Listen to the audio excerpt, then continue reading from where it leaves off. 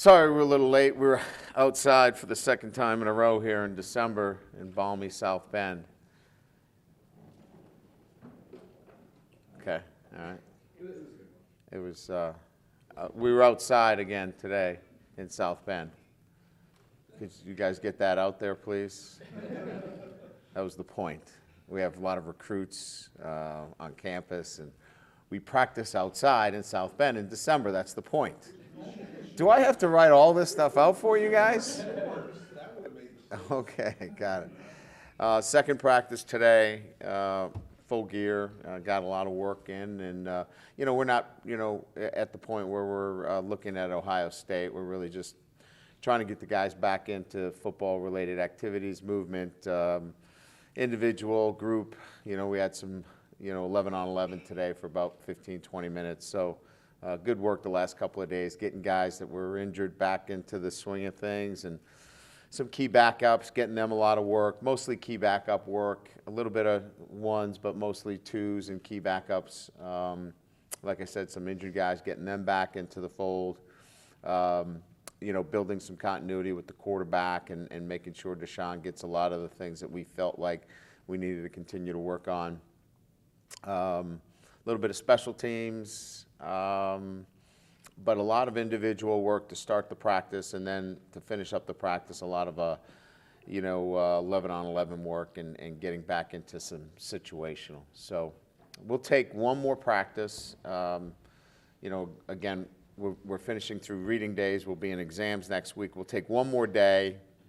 He's trying to get the information out on us practicing outdoors. We'll take one more day in terms of,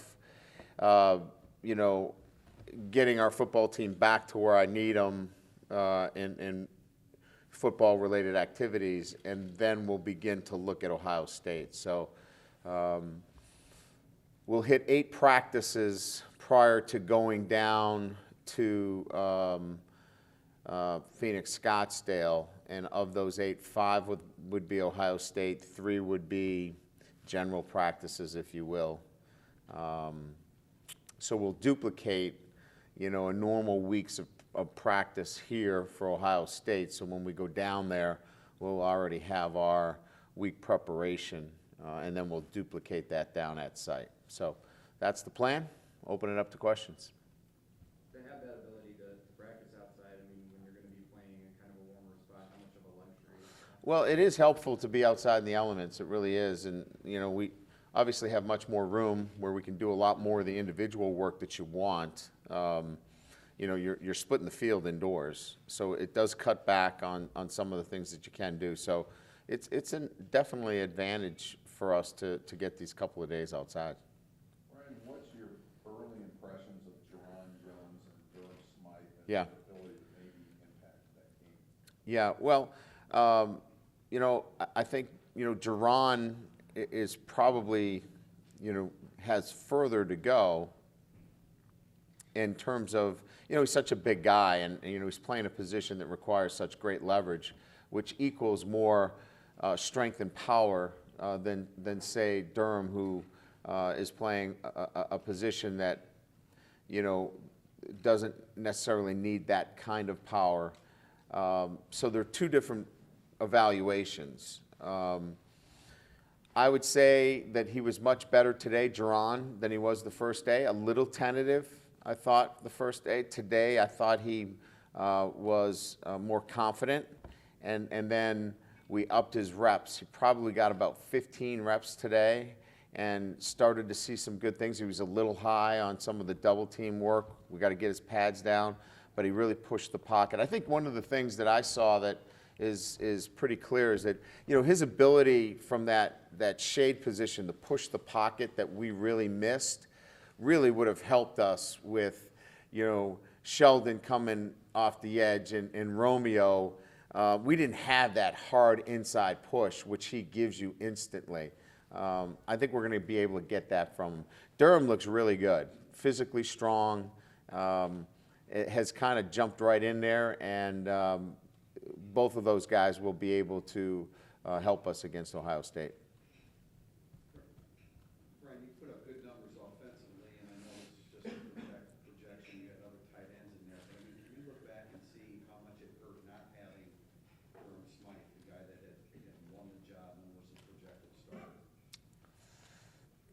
I think maybe situationally a little bit.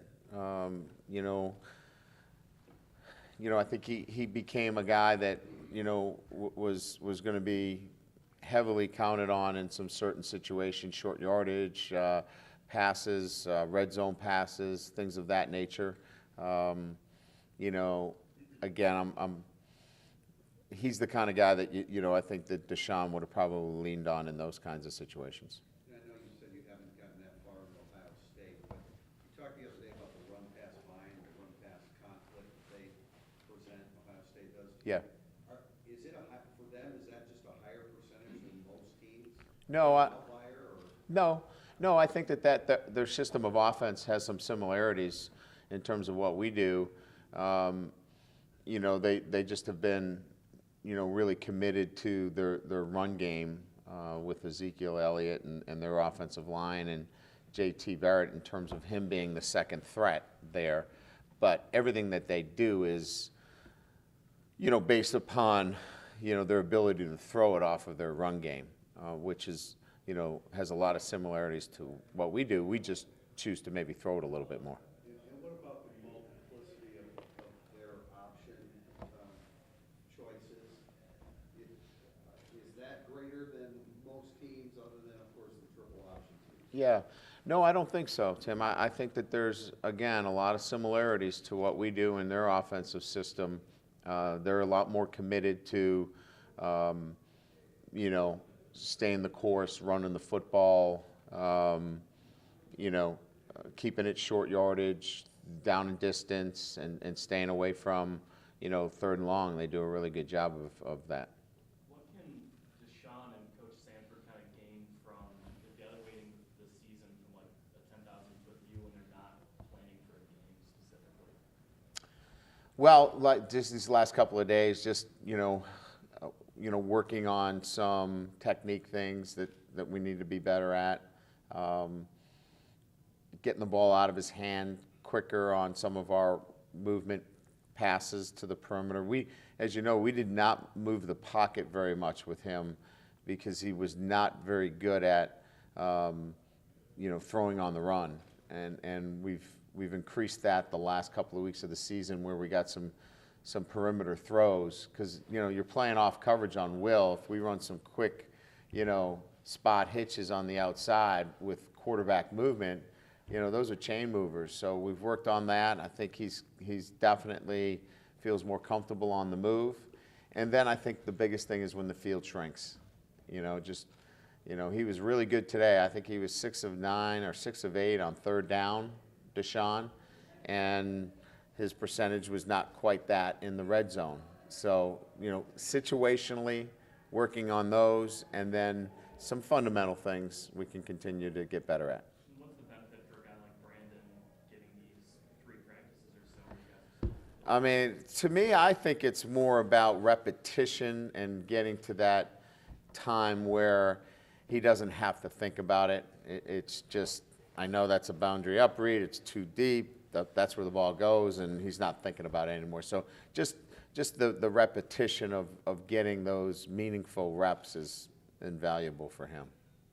I will say this, Malik has taken some reps. He's well ahead of schedule. He will not play, but he's in there taking reps, phenomenal in terms of the way he's been able to, get back and move around and throw the football. So he's taken some 7-on-7 reps, and he's just, incredible what he's been able to do in a very short period of time. Can he help you on scout team at all, Malik?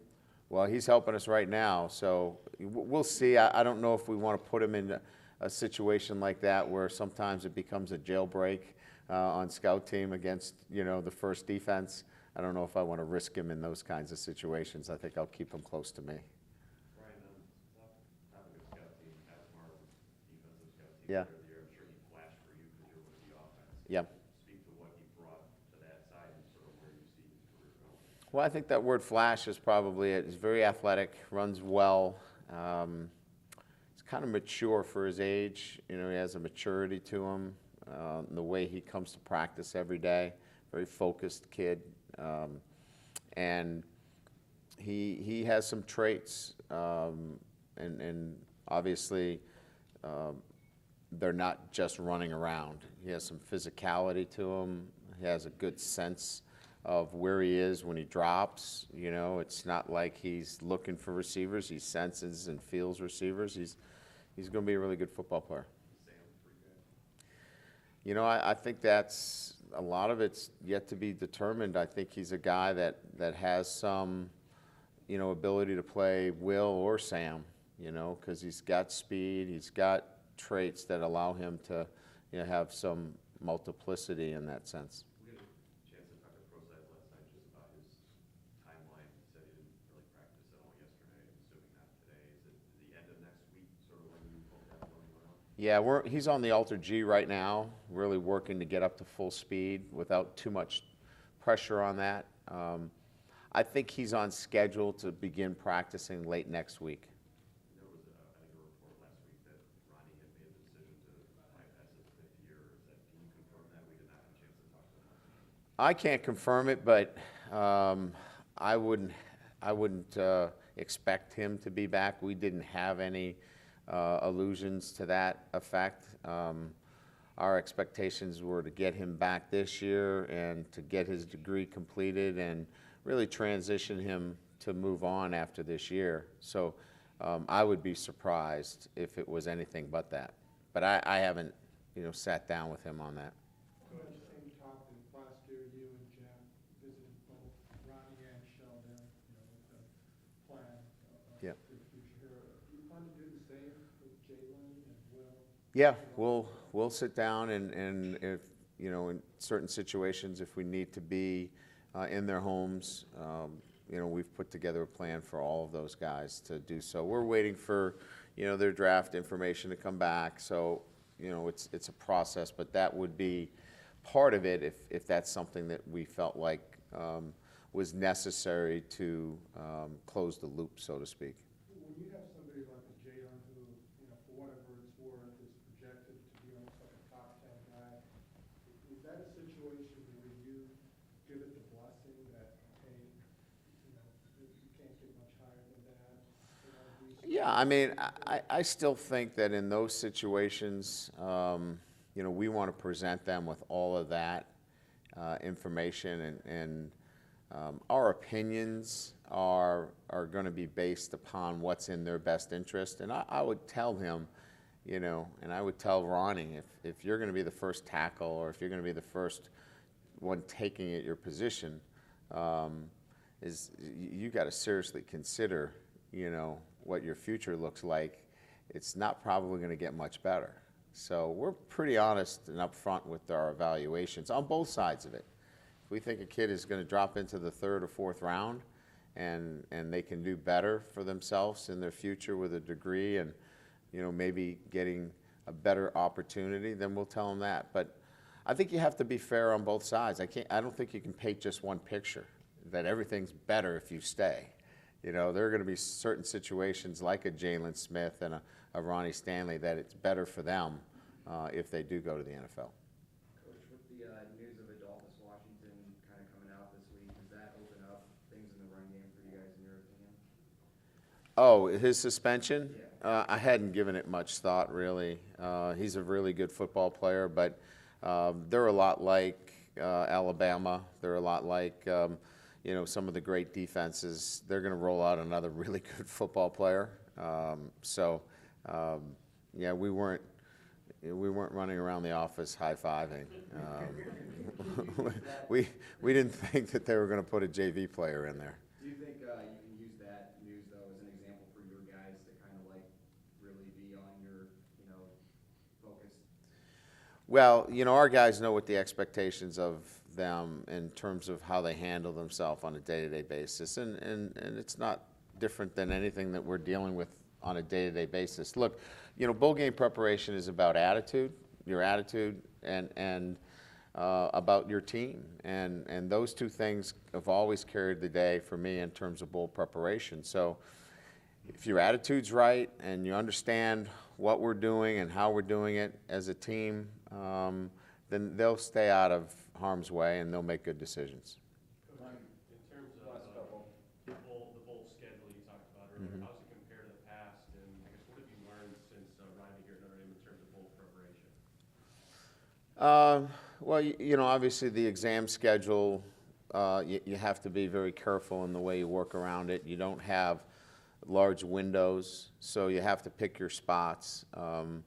And you have to have some time off for the guys. You know, we've been fortunate, other than the Pinstripe Bowl, that they've had Christmas off each and every year, 5 out of the 6 years. I think it's really good to give them some time there.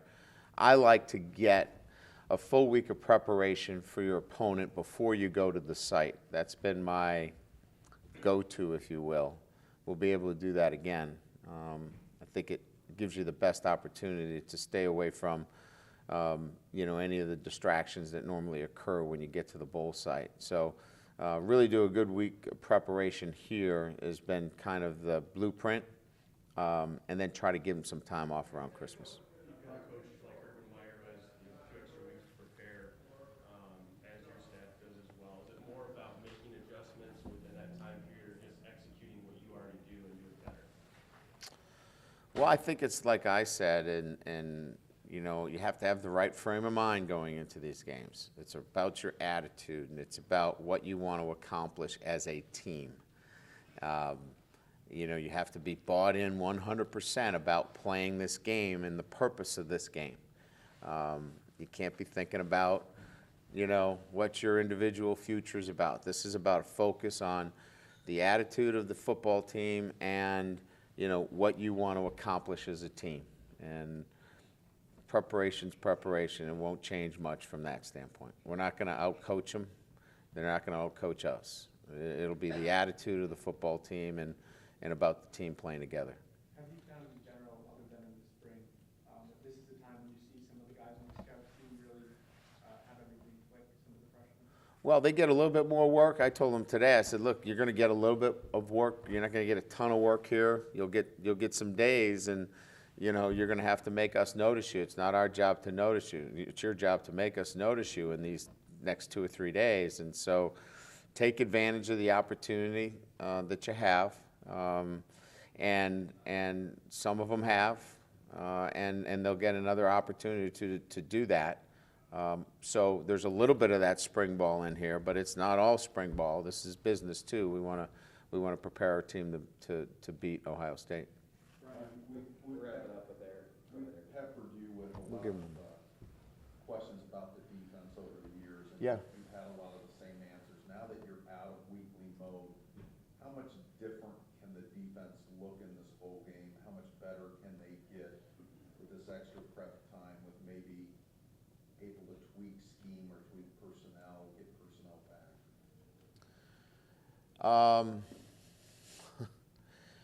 You know, I think, you know, getting Jerron back in there can be helpful to us. There's no question. I think James Onawalo can help us a little bit, though I thought Greer played pretty good. You know, Kavari is a loss for us. There's no question, but I like the way Devin Butler played. You know, so, you know, it really comes down to the 11 guys we got out there just going to have to play a little bit better than they did against Stanford. I thought we did some really good things. Look, the one thing that we've done all year consistently is that we have taken away the one player that can wreck a game. And whether it be Keenan Reynolds or Christian McCaffrey or you know, any of the individual players all year, we've done a really good job there. It's been, you know, some of the other guys that we should be able to defend with our guys. We haven't done a very good job. We're going to have to do that again with you know, a Barrett and Ezekiel, and do a better job against the other guys, and that'll be the same plan going into this game. There was one more. I just wanted to clarify about Kavari.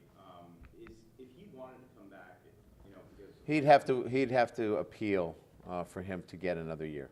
would that be? That is through the NCAA. Okay. Yeah. Do you guys know what that would be, or that would have to be a wait and see approach? And it'd be, we'd have to, we're going to submit one, but it'd have to be a wait and see. Thanks, everybody. Good?